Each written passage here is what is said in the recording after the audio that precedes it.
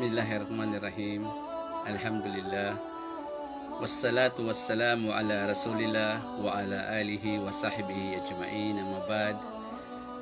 Assalamualaikum warahmatullahi wabarakatuh.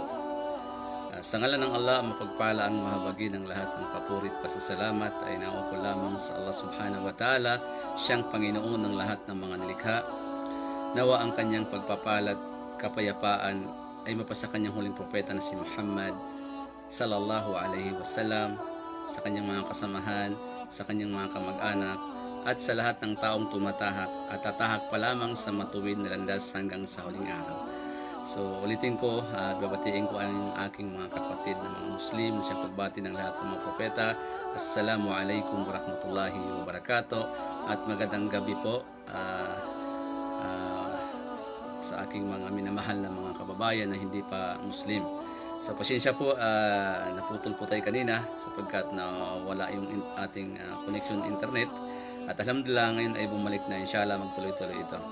Ang aking paksa na aking inihanda sa mga sandaling ito, mga minamahal na kapatid, magulang at mga kababayan ko mga Pilipino na hindi pa Muslim, ay ang pamagat na ang nag-iisang mensahe ng mga propeta.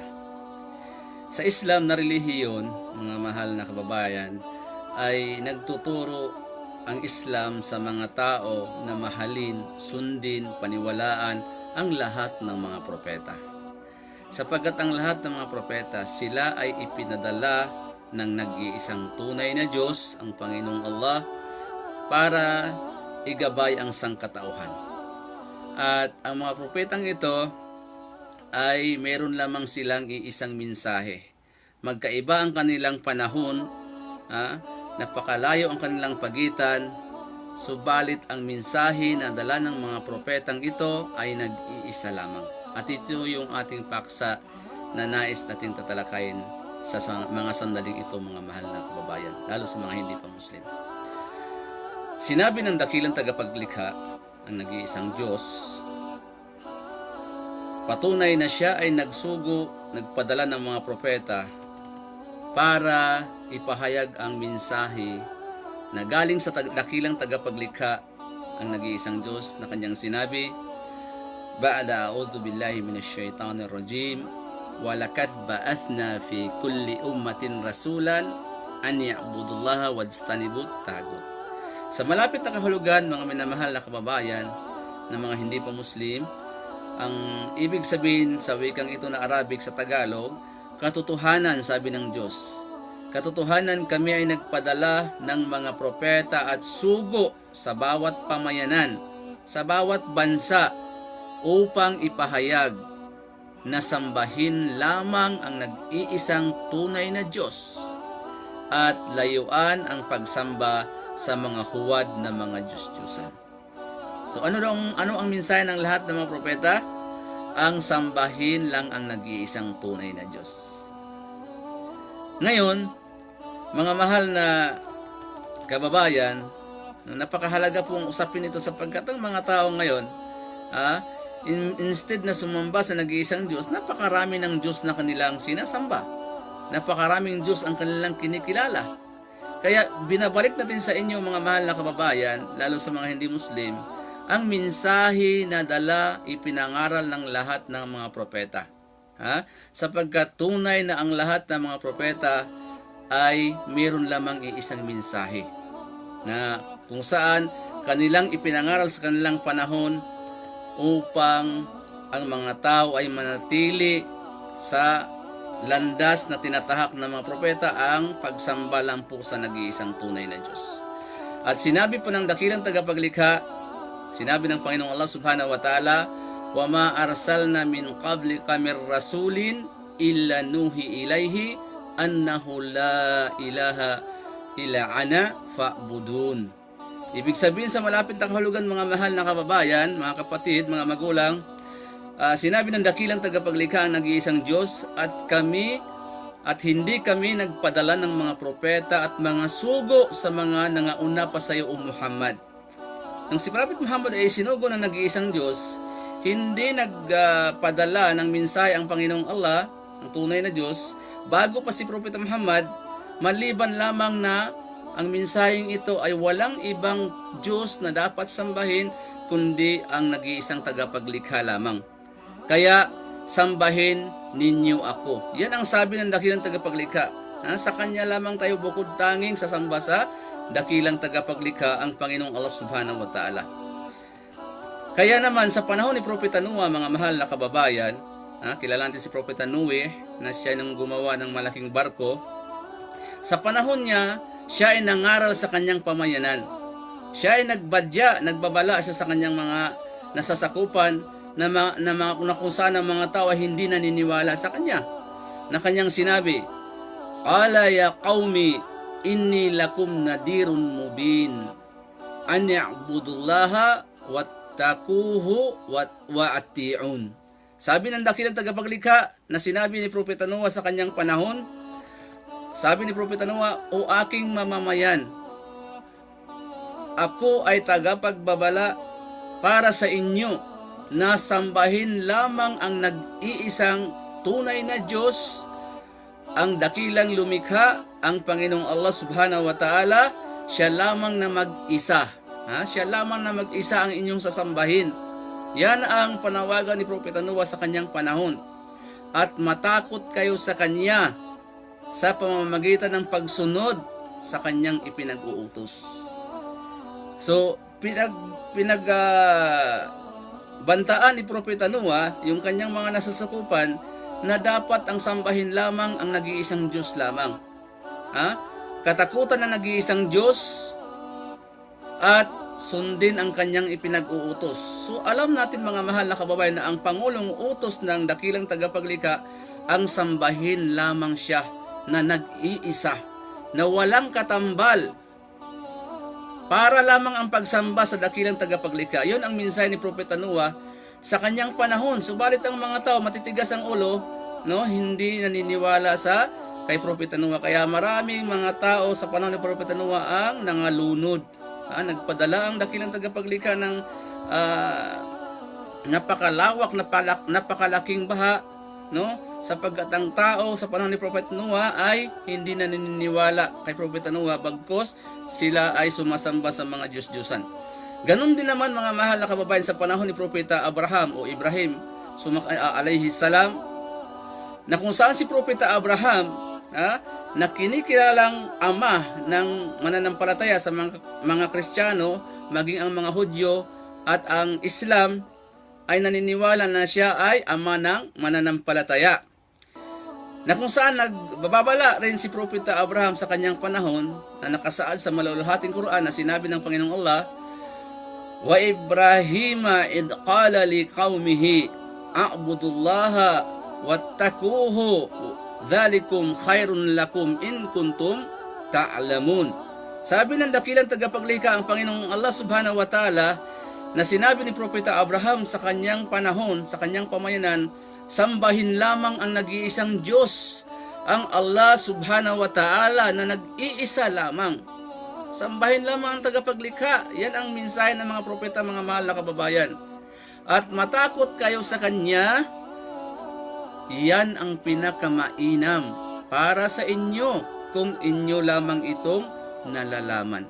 Yung pagsamba sa nag-iisang Diyos, mga mahal na kababayan, ito ang pinakamainam. Ito yung pinakamainam na dapat nating panghawakan, yung nag-iisang Diyos lamang ang sambahin natin, ang dakilang tagapaglikha. Yan ang pinakamainam kung nalalaman lamang ninyo. Subalit ang mga tao, instead na nakakalungkot sumamba sa dakilang tagapaglikha, ang mga sinamba ng mga tao ngayon ay ang mga kapwa nilikha na mga nililok ng mga tao.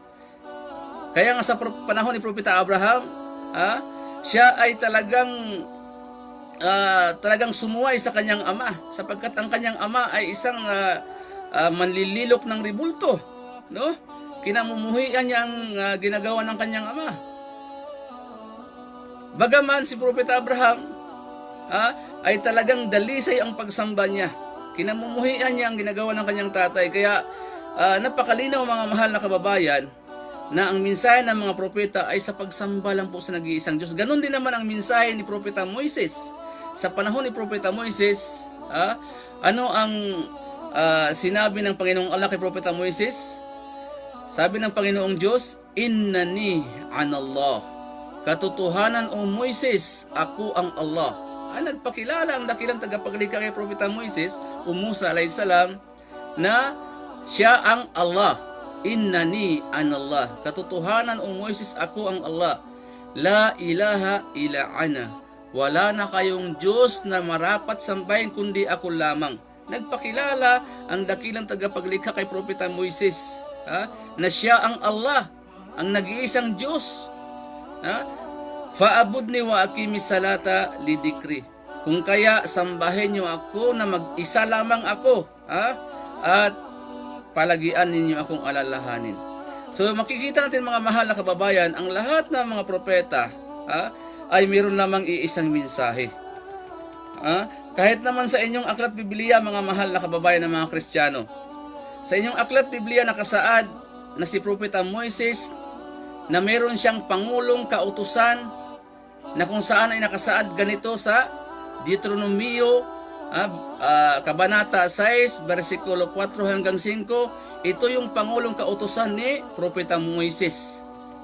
Sabi niya, dinggin mo o Israel, ang Panginoon nating Diyos, ang Panginoon natin ay iisang Panginoon. Ang Panginoong Diyos ay iisang Panginoon.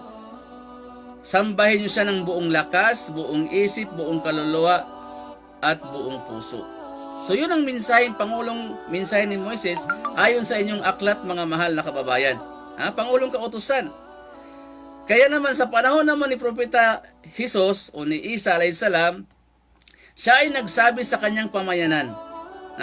Kasi sabi ni Propeta Jesus, kung ano man ang kanyang nadatnan na batas at mensahe ng nauna sa kanya, yun din ang kanyang ituturo sa kanyang mga nasasakupan. Kaya nga naman si Propeta Jesus, sabi ng Panginoong Diyos sa malawalahating Quran ng Allah, sa kanyang panahon siya ay nagturo o nangaral sa kanyang mga kababayan sa Israel. Sabi niya, wa innallaha rabbi wa rabbukum fa'buduhu hada siratal mustaqim. Sabi ni Propeta Jesucristo, na sinabi ng Panginoong Diyos dito sa malawalahating Quran, na sinabi ni Jesus, katotohanan, ang Allah ang aking Panginoon at inyo ring Panginoon. Napakalinaw. Ang nag-iisang Diyos, ang Panginoon ni Jesus, at nag-iisang Diyos, yun din ang ating Panginoon. Kaya sambahin niyo siya, sabi ni Jesucristo, ito ang matuwid na landas. Ang matuwid na landas, mga kababayan, ay doon lang po sa pagsamba bukod tanging sa nag-iisang Diyos, mga mahal na kababayan. Kaya mga mahal na kababayan, at dahil dito, maraming ang hindi sumusunod sa Pangulong Utos ni Jesucristo sa panahon ngayon. Napakarami.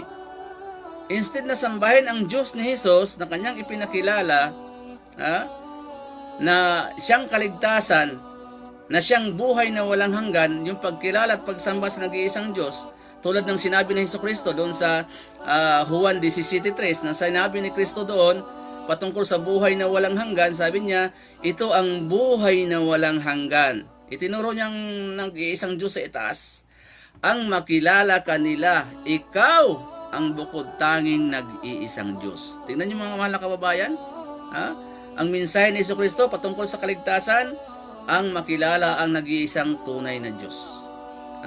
At ako si Jesucristo na kanyang isinugo. Napakalinaw. Isinugo si Jesus doon sa nag-iisang Diyos na tunay, ang dakilang tagapaglikha.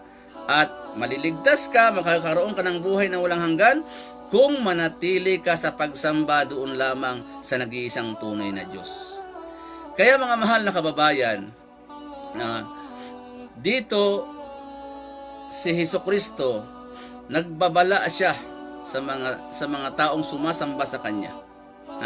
Dito sa malawalahating Quran na sinabi ng Panginoong Allah, sapagkat instead na sambahin ang Diyos ni Jesucristo na kanyang ipinakilala, marami sa tao ngayon, lalo sa mga kakristyanuhan, si Jesus ang naging Diyos.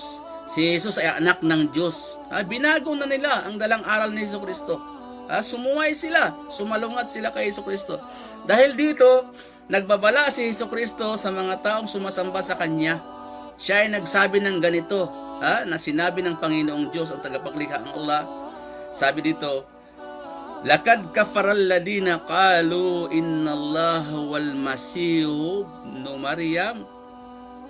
Sabi ng dakilang tagapaglikha na sinabi ni Hesukristo, hindi na nanampalataya ang taong nagsasabi na si Allah ay si Jesus na anak ni Maria. Kasi maraming sa doktrina ng kakristyanuhan, yung Trinidad, yung tatlong persona, kabilang na raw si Allah doon. Ang Diyos Ama, ang tagapaglikha, si Allah daw, at Diyos Anak, si Jesus.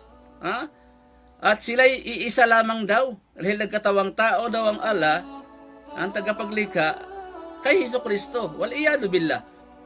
Ito yung sagot ng Panginoong Diyos, na sinabi ni Hesukristo, tunay na hindi na nanampalataya ang mga taong nagsasabi na ang Allah ay si Jesus, anak ni Maria. Hindi mananampalataya yung taong nagsasabing ganon.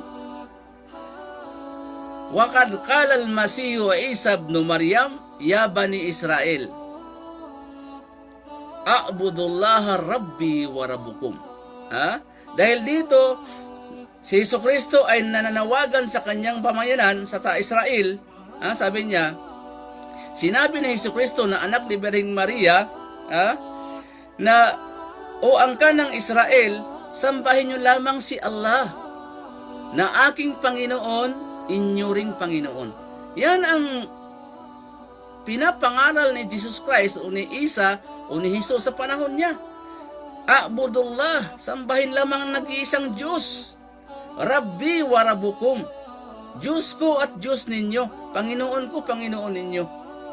Kaya yung paniniwala na Trinidad, nagkatawang tao ang Diyos, hindi yan katuruan ni Hesukristo, mga mahal na kababayan. Yan ay mga katuruan ng mga ngaral na nililigaw nila ang tao sa tunay na mensahe ni Hesukristo. Dahil dito nagbabala si Hesukristo. Nagbabala siya sa mga tao na sumasamba sa Kanya.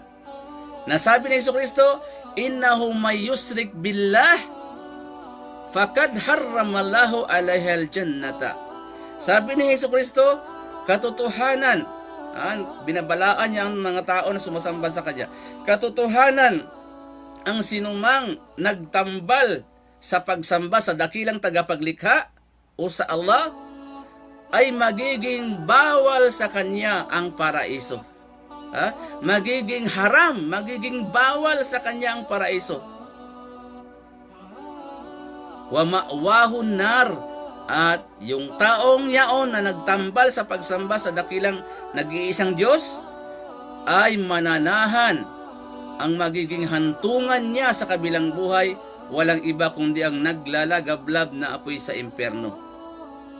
Yan ang babala ni Hesukristo, mga mahal na kababayan. Nang sinumang magtambal sa pagsamba sa nag-iisang Diyos, ang lumikha ng lahat, ang Panginoong Allah, ay bawal na sa Kanya ang buhay na walang hanggan doon sa kaharian ng Diyos sa paraiso. Bawal na sa Kanya. At ang impyerno ang naghihintay sa Kanya sa kabilang buhay magpasawalang hangganan. Ito ibabala ni Hesukristo, mga mahal na kababayan, sa mga taong sumasamba sa Kanya. Kaya nga sa araw ng paghuhukom, maski sa inyong aklat Biblia nakasaad yan sa Mateo City, talatang 21 o 22, sabi niya, maraming mga tao sa araw ng paghuhukom ay magsasabi sa akin, Panginoon, Panginoon. Tinatawag nila akong Panginoon. Hindi baga sa iyong pangalan ay nagpalayas kami ng mga demonyo? Sa pangalan mo ay nagsigawa kami ng mga kababalaghan? At sa pangalan mo ay nagsipanghula kami? Ano ang sagot ni Hesukristo doon? Sa inyong aklat Biblia, sabi niya, magsilayas kayo sa harapan ko. Hindi ko kayo kilala. Kayo ang mga taong gumagawa ng kalapastangan sa akin. Ang kalapastangan, mga mahal na kababayan, ang pagsamba kay Kristo, sapagkat tunay na hindi po siya nagtuturo na siya'y sambahin ninyo at gawin yung Diyos. Bagkus ang turo ni Hesukristo, ang kanyang pangulong kautusan, nasa inyong aklat din Biblia. Ang Pangulong utos ni Jesucristo, mababasa nyo sa Marcos 12:29. Anong nakasaad doon? Sabi ni Jesucristo, o angka ng Israel, ang Panginoon nating Diyos, iisa lamang. Binigyan niya ng diin, iisa lamang. Sambahin siya ng buong puso, buong lakas, buong isip, buong kaluluwa. Yan ang Pangulong utos o mensahe ni Jesucristo, mga mahal na kababayan. Ang sambahin mo lang ang nag-iisang Diyos, Diyos ni Jesus at Diyos nating lahat, mga mahal na kababayan. Kaya naman, sa panahon din ni Propeta Muhammad, sumakanya nawa ang kapayapaan, kung ano yung mga mga mensahe na nauna kay Propeta Muhammad ng mga propeta, like ni Jesus, Moises, Abraham, Noah, ay wala rin kaibahan sa mensahe na dala ni Propeta Muhammad. Kasi si Propeta Muhammad, siya yung khataman nabi, siya yung silyo, sagka sa lahat ng mga propeta. Pinakahuling propeta, kaya ang mensahe ni Prophet Muhammad ay walang kaibahan sa mensahe ng mga propeta na una sa kanya. Ano ang sabi ni Propeta Muhammad sa kanyang mga pamayanan na mga pagano sa panahon ng pagkapropeta ni Prophet Muhammad SAW? Sabi niya, "Qulu la ilaha illallah tuflihun." Sabi ni Prophet Muhammad sa mga taga-Quraysh, yung mga pagano noon, mga Hudyo, sabi niya, sabihin ninyo ang katagang walang ibang Diyos na dapat sambahin maliban lamang sa Allah, kayo ay magtatagumpay. Meaning, kapag sinabi nyo ang walang ibang Diyos kundi ang nag-iisang Diyos, ang tagapaglikha, kayo ay magtatagumpay sa kabilang buhay. Sabihin, makakapasok kayo sa paraiso. Kaya, yun napakahalaga, mga kababayan. Kaya sinabi ng dakilang tagapaglikha na wa'budullaha wala tusriku bihi syai'ah. Sambahin nyo lang ang nag-iisang Diyos, tagapaglikha na si Allah, at huwag kayong magtambal sa pagsamba sa Kanya. Huwag kayong magtambal. Kasi ang lahat ng propeta hindi nagtatambal, mga kababayan. Ang lahat ng mga propeta, sila ay sumamba lamang bukod tangi sa dakilang tagapaglikha, ang nag-iisang tunay na Diyos. Kaya nga sinabi ni Propeta Muhammad na kung saan sinabi ng Panginoong Allah, wa ilahukum ilahun wahid, la ilaha illa huwar rahmanur rahim. Sabi ng Panginoong Diyos, sabihin mo Muhammad, na ang iyong Diyos ay iisang Diyos lamang. Ang inyong Diyos ay iisang Diyos lamang. So ang Diyos natin lahat, mga kababayan, maging Kristiyano, Hudyo, anumang relihiyon dyan, Buddhist, isa lang ang Diyos natin. Wa ilahukum ilahun wahid. Na ang inyong Diyos ay nag-iisang Diyos lamang. Walang ibang Diyos kundi siya lamang na nag-iisa. Ang pinakamahabagin, ang pinakamaawain. Napakamaawain, mga kababayan, na nag-iisang Diyos. Kaya nga kapag ang isang tao, bago pa siya mamatay, kung manumbalik siya sa pagsamba sa tunay na Diyos, tagapaglikha, mapapatawad ang kanyang lahat ng kasalanan. Mapapatawad. Kasi napakamahabagin ng Panginoong Diyos, ang nag-iisang Diyos, ang Allah subhanahu wa ta'ala. Kaya naman, mga mahal na kababayan, tunay na ang mga mensahe na ipinapangaral ng mga propeta ay ang sambahin lang ang nag-iisang dakilang tagapaglikha, ang nag-iisang Diyos. Yun ang mensahe ng lahat ng mga propeta. Walang propeta na nagtuturo na tatlo ang Diyos. May propeta ba nagtuturo na ang Diyos ay Ama, ang Diyos ay Anak, ang Diyos ay Espiritu? Tatlong Diyos yan. Meron bang propeta na nagturo ng ganito? Wala. Bakit sumulpot yung katuroang Trinity? Sumulpot lamang yan sa mga ngaral na mga taong gustong sirain, iligaw ang mga tao. Katulad ni Pablo. Si Pablo na yan, Pauline Christianity, si Pablo ang sinusunod ng mga kakristyanuhan. Sa totoo lang, hindi si Jesus. Dahil ang mensahe ni Jesucristo ay sharing mensahe ng lahat ng mga propeta. Ang sambahin lang ang nag-iisang Diyos. Kaya ang relihiyong Kristyanismo, napakaraming sikta dyan, no? Hindi tayo naninira. Ito'y nagpapaliwanag lang sa katotohanan, mga mahal na kababayan. Ha? Kasi ang gamot ay mapait. Tama ba? Pero ang gamot ay nakakagaling. Halimbawa, kung may diabetes, kumain ka ng ampalaya, di ba? Mapait, pero nakakabuti sa'yo. Ganon din ang katotohanan, mga mahal na kababayan. Masakit, pero ito yung nakakabuti sa atin. Kasi bakit? Tayo ay aahunin dito mula sa lugmok, sa dilim tungo sa liwanag.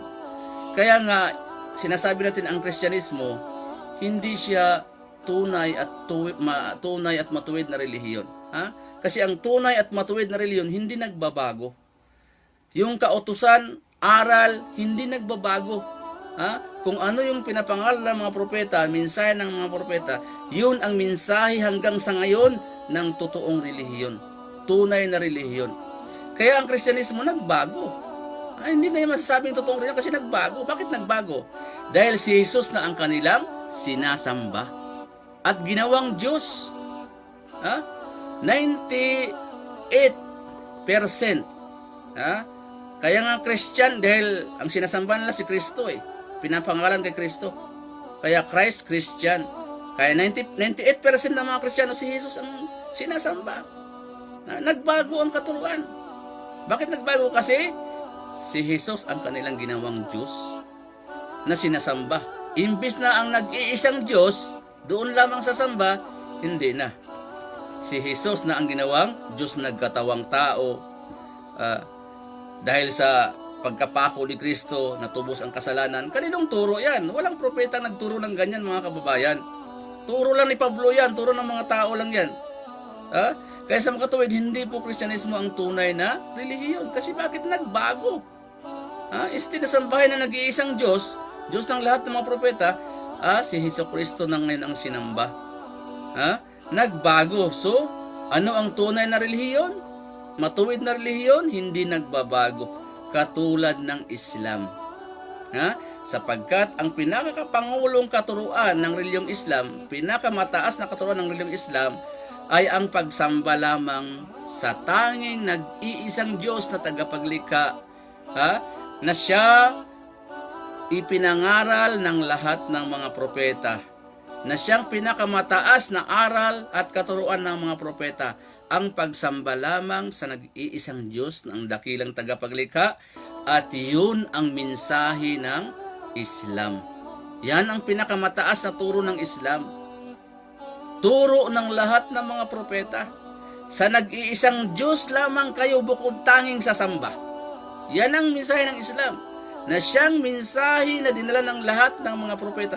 Magmula pa kay Adan, Noah, Ismail, Isaac, Moises, David, Solomon, Zakaria, Juan Bautista, Jesucristo, at ang huli sa kanila ay si Propeta Muhammad.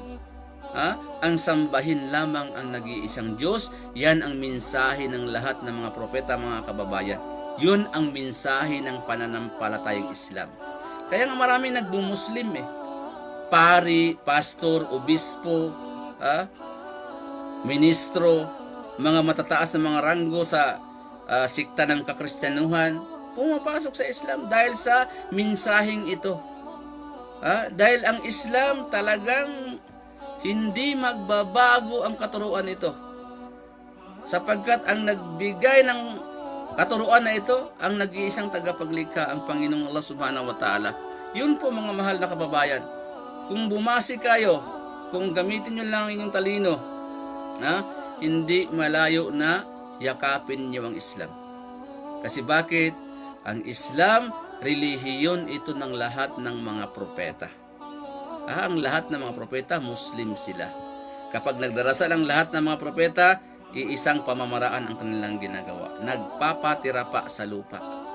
At kapag nakapagpatira pa sa lupa, doon lamang sila nananalangin diretso sa dakilang tagapaglikha. Kaya mga mahal na kababayan, inaanyayahan namin kayo na yakapin ang Islam. Hindi ito para sa amin, para sa inyong itong kabutihan, mga kababayan. Yakapin nyo ang Islam na pananampalataya ng lahat ng mga propeta. Sapagkat dito nyo masupungan sa Islam ang katuruan ng lahat ng mga propeta.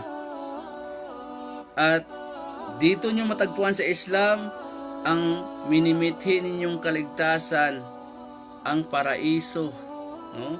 Ang buhay na walang hanggang kaligayahan sa kabilang buhay.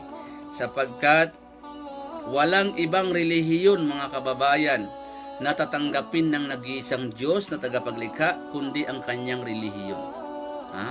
Ang kanyang relihiyon. Ano ang relihiyon niya?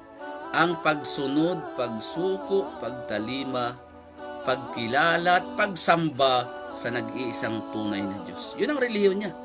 Pagsunod, pagsuko, pagtalima. In short, sa Arabic, tinatawag itong Islam. Ha? Islam, complete submission, ganap na pag-surrender sa kalooban sa nag-iisang Diyos.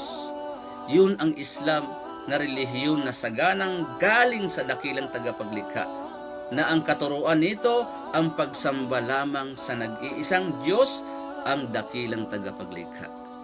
Kaya nga sinabi ng dakilang tagapaglikha, wa may yabtagi gairal Islam dinan. Sinuman, sabi ng dakilang tagapaglikha, ang maghangad, magnais ng ibang relihiyon maliban sa Islam, pagsunod, pagsuko, pagtalima sa nag-iisang Diyos, falay yuqbala minhu. Hindi ito tatanggapin sa kanya, wa huwa fil akhirati minal khasirin. At yung taong yaon na namatay na hindi Islam ang kanyang dalang relihiyon, sa kabilang buhay, hindi tatanggapin sa kanya ng Panginoong tagapaglikha. At sa kabilang buhay, siya ay makakabilang sa mga taong talunan doon sa naglalagablab na apoy sa impyerno, siya mananahan habang buhay. Kaya mga mahal na kababayan, bilang pagmamahal sa inyo mga mahal na kababayan, hindi kami nagsasawang iparating sa inyo ang katotohanan. Sapagkat ito naman ang sabi ni Jesucristo, hanapin ninyo ang katotohanan, sapagkat dito sa katotohanan ay palalayain kayo. Saan tayo palalayain? Doon sa ating mga nakagisnang relihiyon at paniniwala na minana natin sa ating mga ninuno. So, ito mga mahal na kababayan, ang mensahe ng Islam, sambahin lang natin na nag-iisang Diyos, na wala tayong Diyos na sasambahin, kundi ang dakilang tagapaglikha. At ito ang matuwid na landas na sinasabi ni Jesucristo, na kanyang sinabi, wa innallaha rabbi wa rabbukum. Sabi ni Jesus Christ, katotohanan, ang aking Diyos ay ang nag-iisang Diyos, ang Allah, na inyo ring Diyos at Panginoon. Fa'buduhu, sambahin lamang ang nag-iisang Diyos, hada siratal mustaqim. Ito ang matuwid na landas. Ito ang matuwid na landas, mga mahal na kababayan. So inshallah, sa munting ating naibigay na pangangaral, unang-una, pinapayuhan ko aking sarili at maging sa inyo mga mahal na kababayan na hindi pa Muslim, na saliksikin nyo ang Islam. Kung kayo ay talagang nagmamahal sa inyong sarili, kung talagang naghahangad kayo ng kaligtasan sa kabilang buhay, please lang, isama nyo ang pananampalatayang Islam. Tulad ko na isa akong dating Kristiyano, no?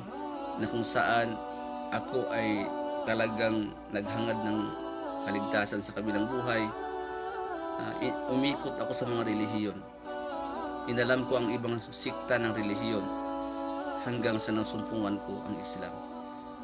At dito ko nasumpungan sa Islam ang aral, ang dalisay at malinis na konsepto sa pagkilala at pagsamba sa nag-iisang Diyos. Alam naman natin, no, na napakaraming relihiyon ngayon, subalit ang kanilang katuruan ay pagsamba sa kapwa nilikha. So kapag sumamba ka sa kapwa nilikha, ay katotohanan nasa maling landas ka, nasa maling relihiyon ka.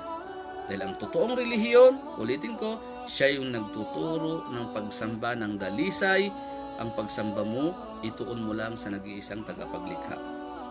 Tagapaglikha ng lahat. Nakikita at hindi nakikita ang Panginoong Allah Subhanahu wa Ta'ala. So maraming salamat sa inyong pagsubaybay at binabati ko ng Assalamualaikum yung aking mga kapatid na nakatutok, nakasubaybay. Naway gantimpalaan kayo ng Allah sapagkat tayo napupuyat, no? Gabing-gabi na. So ganun pa man, bilang isang Muslim ay unahin natin yung ating obligasyon. Obligasyon natin na ibahagi ang katotohanan. So hanggang dito na lang. Jazakumullahu khairan at maraming salamat po. Kung may nasabi po akong nakakasakit ng damdamin, mga mahal na kababayan na hindi pa Muslim, hangad ko po ang inyong kabutihan lalo sa kabilang buhay. So hanggang dito na lang. Maraming salamat at Assalamualaikum warahmatullahi wabarakatuh.